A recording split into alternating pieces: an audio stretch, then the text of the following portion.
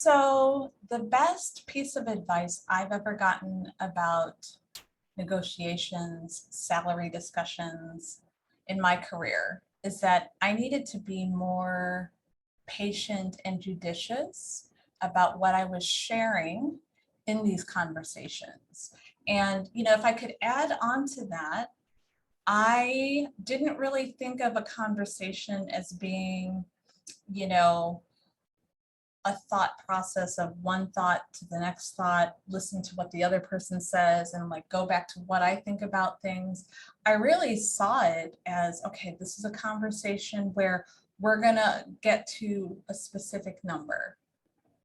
And I rushed it a lot of times. In fact, I did things that many people today do, what I see in salary conversations, counter offer conversations. People are very free and willing to share not only their preferred outcome, but all their backup options and what that looks like within a second or two of an initial conversation or an important conversation. And that was just something that I did not understand initially about how damaging it was for my own potential from a salary standpoint, but also that, I was giving my power away. All that research, all of the stuff that you do ahead of time to arrive at that preferred vision for yourself, and then also what you would be willing to accept, I never really saw that as powerful stuff. That's actually leverage in these conversations. And here I was just kind of giving it all away to people. And so this is where over the years, I've really slowed down and took it as a conversation between two parties, myself, an equal person to the process.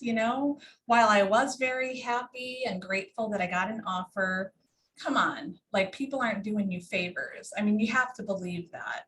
Like if you've reached this far because, they feel that you're a strong, great candidate for your expertise and other things that you can contribute, of course, you're something. So you don't need to downplay your worth in that sense. You're an equal party in this conversation.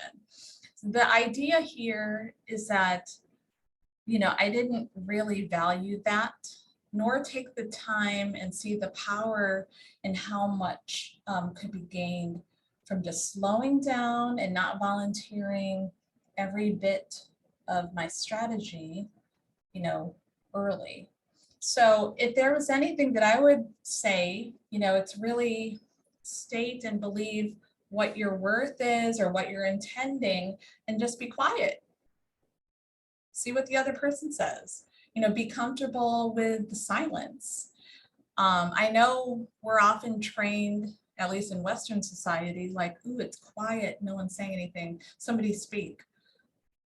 There's actually a lot of power in just sitting there and putting the ball in the other person's court to see what they're going to do. And that was something that I was denying myself in these conversations. So I would definitely say that is something I've learned from over the years in being more patient and judicious when it comes to negotiations.